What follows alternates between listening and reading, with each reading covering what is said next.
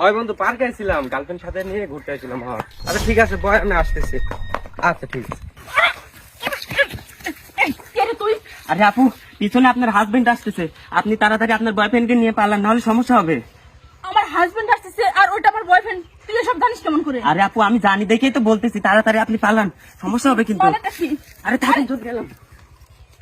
আরে বন্ধু বয়, আমি আসতেছি বললাম তো নাকি। কি আছে কি আছে? আমার স্বামী আসতেছে। তোমার স্বামী আসতে মানে তোমার স্বামী তো এখন অফিসে থাকার কথা। আরে আরে ওদিক কোথায় যাচ্ছ? এখানে বসো।